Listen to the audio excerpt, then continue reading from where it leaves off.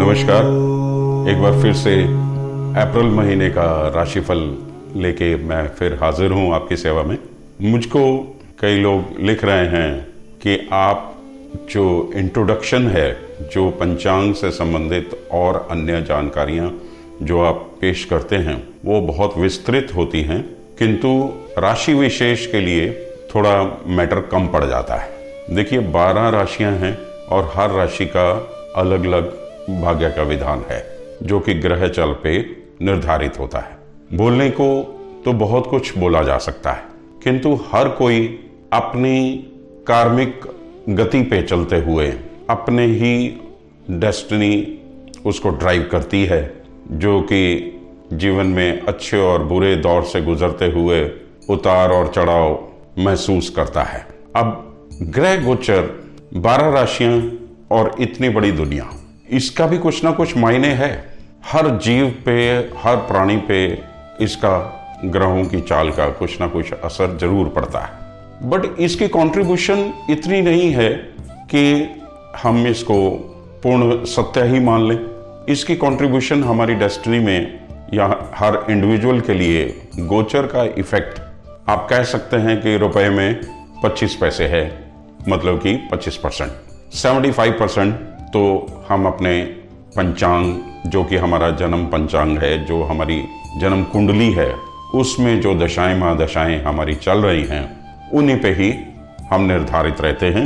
और सबसे बड़ी बात कि उस परमात्मा ने कुछ चीज़ें अपने हाथ में रखी हुई हैं जो इस सिस्टम से भी परे जाके कई लोगों की जिंदगी में घटित होती हैं चमत्कार के रूप में। वो पैरेलल एक अलग दुनिया चलती रहती है। अब मैं वर्तमान में आ जाता हूं। अप्रैल महीने की शुरुआत कर रहा हूं। देखिए, अप्रैल महीने की शुरुआत ही मूर्ख दिवस से होती है। कितनी विचित्र विडंबना है कि हमारी मान्यताओं में अप्रैल हमारा सबसे महत्वपूर्ण महीनों में से एक है और इसको शुरुआत में ही फूल्स डे या अप्रैल फूल के नाम से 1 अप्रैल को अंग्रेज लोग मनाते हैं।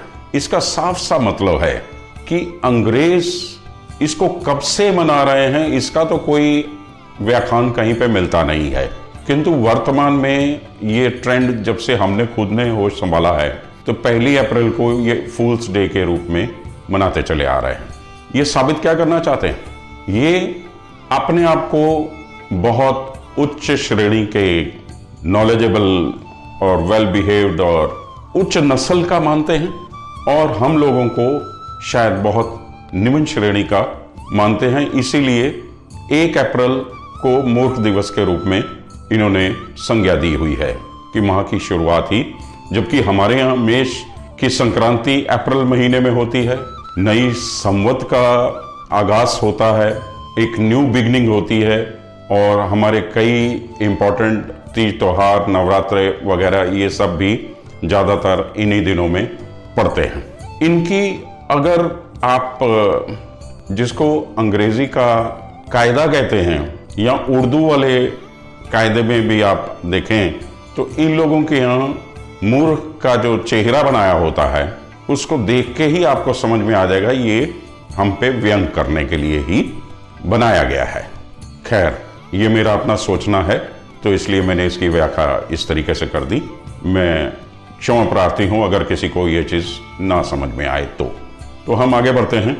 और इस माह देखिए कि 7 अप्रैल से 5 मई तक 5 शुक्रवार पड़ेंगे और इसी दरमियान 22 अप्रैल से 15 मई तक मेष राशि में चतुर्ग्रही योग बन रहा है।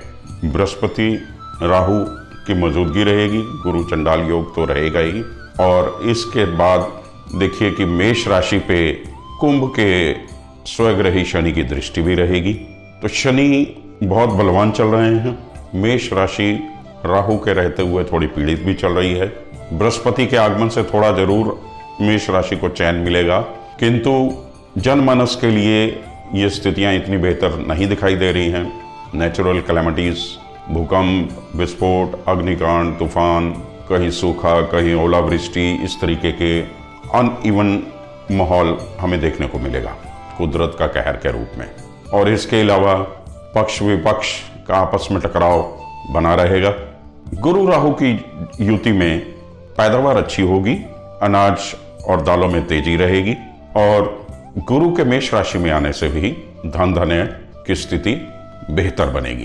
तो अप्रैल महीना कुल मिला के कुछ बेहतर इंडिकेशन दे रहा है। गुरु का मेष संक्रांति से माहौल थोड़ा बेहतर बनता चला जाएगा और फिर आगे ग्रहों का खेल जारी रहेगा।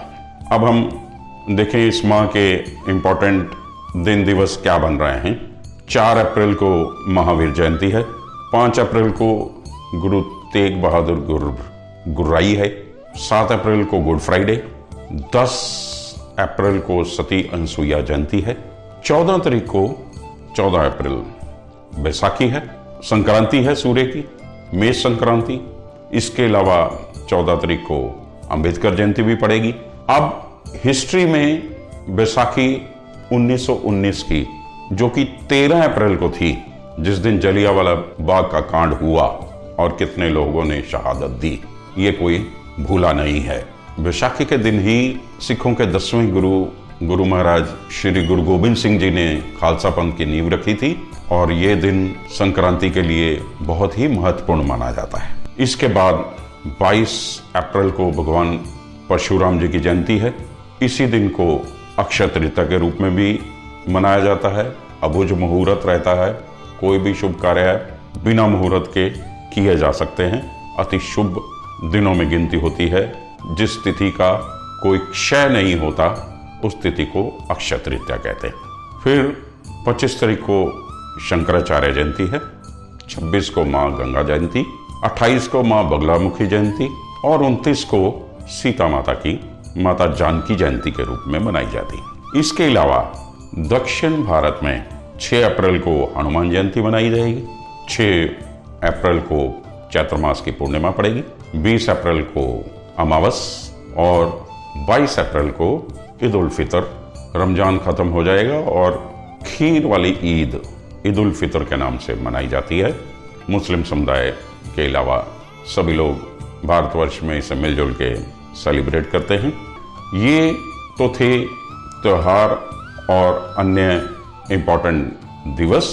अब हम ग्रहों की स्थिति पे भी चर्चा कर लेते हैं। मासारम में सूर्य मीन में रहेंगे और 14 तारीख को मेष संक्रांति करेंगे, और मासारम में चंद्रमा कर्क में रहेंगे और 12 राशियों का भ्रमण करते हुए मासांत तक सारी राशियों में घूम जाएंगे।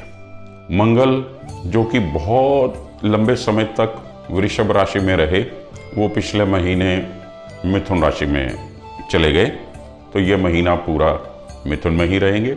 बुध 31/3 को मेष राशि में आ चुके और मेष राशि में ही रहेंगे और 21 अप्रैल को वक्री हो जाएंगे।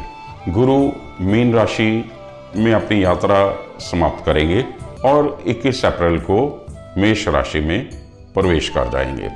शुक्र मेष राशि में ही रहेंगे और वृषभ राशि में 6 अप्रैल को चले जाएंगे। शनि कुंभ राशि में, राहु मेष में और केतु तुला राशि में रहेंगे। तो ये है ग्रहों की स्थिति। तो अब हम विभिन्न राशियों से संबंधित राशिफल का शुरुआत करते हैं। मिथुन राशि। मिथुन राशि के स्वामी हैं बुध। बुध मास की शुरुआत से ही मेष राशि में विराजमान है। बड़ी उत्तम स्थिति है। बुध बड़ी उत्तम व्यवस्था किए हुए हैं आपके लिए धन आगमन की। और धन आगमन के स्वामी मंगल जो कि खर्चे के घर में बैठे हुए चले आ रहे थे, वो वृषभ राशि छोड़ के अब आपकी राशि में प्रवेश कर चुके हैं। तो धन की स्थिति बहुत बढ़िया है, किंतु मंगल अपने स्वभाव से क्रूर ग्रह हैं और रक्तचाप, क्रोध, हाइपरटेंशन, ये सब चीजें भी मंगल से ही मापी जाती हैं। अब जब आपकी राशि पर से चलेंगे मंगल, तो इनसे संबंधित व्याधियां भी आपको तंग करने लगेंगी। तो मंगल से संबंधित उपाय आप करें, अपने क्रोध पे काबू रखें और अपने सुबह के नियमित सैर वगैरह करना, और ये सब अपना ब्लड सर्कुलेशन से संबंधित कोई और व्याधि आपको तंग ना करे, तो एक डॉक्टरी परामर्श की भी अगर ज़रूरत हो तो निसंकोच जाएं और अपडेट करें अपने आप को। शनि भाग्य स्थान में आ चुके हैं। जनवरी महीने से ही शनि अष्टम से निकल चुके, ढैया समाप्त हो चुकी है। शनि शनि शनि की चाल होती है। आहिस्ता आहिस्ता शनि प्रोग्रेस में आ रहे हैं। आपके भाग्य स्थान में स्वग्रही शनि आपका भाग्य खोल रहे हैं। जो काफ़ी समय से बंद चला आ रहा था उसमें बेहतर स्थिति बनती जा रही है। बृहस्पति सूर्य के साथ दशम भाव में बहुत उत्तम स्थिति है, और फिर संक्रांति पे सूर्य आपके आय स्थान में पहुंच जाएंगे, बहुत बेहतर पोजीशन बन जाएगी। और साथ में राहु वहां पे पहले से ही विराजमान है। शुक्र 12वें घर में चला जाएगा 6 तारीख को। बुध वक्री हो जाएगा 21 तारीख को। तो ये सारी चीजें आपकी धन स्थिति के बारे में बहुत अच्छे संकेत दे रही हैं। शुक्र का 12वें जाने का मतलब है कि ऐशो आराम पे खर्चा होना। तो ये बता रहा है कि आप नए वस्त्र धारण करेंगे, घर पे रेनोवेशंस, गाड़ी घोड़ा बंगला, इन सब पे भी आपका खर्चा हो सकता है। और इसके अलावा संतान की जरूरतें कुछ पूरी करने के लिए भी आपको खर्चा करना पड़ सकता है। बच्चों के विदेश में पढ़ने के लिए या स्वयं की शिक्षा की खातिर विदेश संपर्क भी बनेंगे, और आप बेहतर स्थिति में ओवरऑल दिखाई दे रहे हैं। चंद्र अष्टम की स्थिति 14 और 15 को रहेगी, और चंद्रमा पे किसी और विशेष ग्रह की तो नहीं, मंगल की दृष्टि जरूर है, और मंगल राशि पर से भी गुजर रहे हैं। तो आपको हनुमान जी की शरण में जाना ही होगा, या माँ दुर्गा की स्तुति कीजिए, दुर्गा कवच का पाठ कीजिए, और मंदिर में जाके हनुमान जी को सिंदूर चढ़ाइए, चमेली का तेल चढ़ाइए और मीठे का प्रसाद बांटिए, अवश्य लाभ होगा।